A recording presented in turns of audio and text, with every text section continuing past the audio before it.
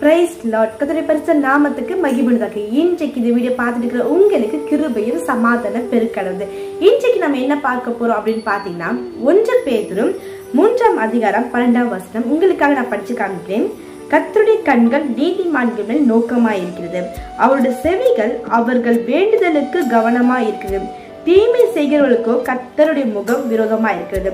இன்றைக்கு ஆண்டவர் உங்களை பார்த்து பேசலாம். கர்த்தருடைய கண்கள் யார் மேல நோக்கமா இருக்கிறார்? நீதிமான்கள் மேல், கர்த்தருக்கு பிரியமாய் வாழ்கின்ற ஜனத்தின் மேல அவர் எப்பொழுது நோக்கமா இருக்கிறாரா? நீங்க கர்த்தருக்கு உண்மையா இருக்கிறீங்களா? அவரோட பிள்ளையாய் வாழ்றீங்களா?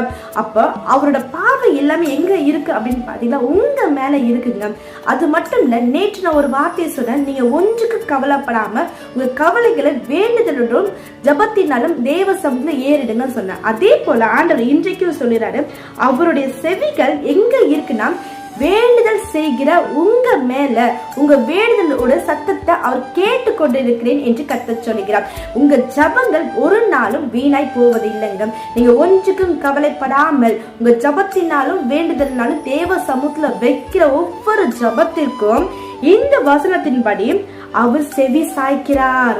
உங்க சத்தத்தை அவர் கேட்டு கொண்டிருக்கிறார். அங்க அவர் கேட்கிறவர் மட்டுமல்ல, உங்க ஜெபத்திற்கு நிச்சயமாய் பதில் கொடுக்கிறவரா இருக்கிறார். Have a nice day. God bless you.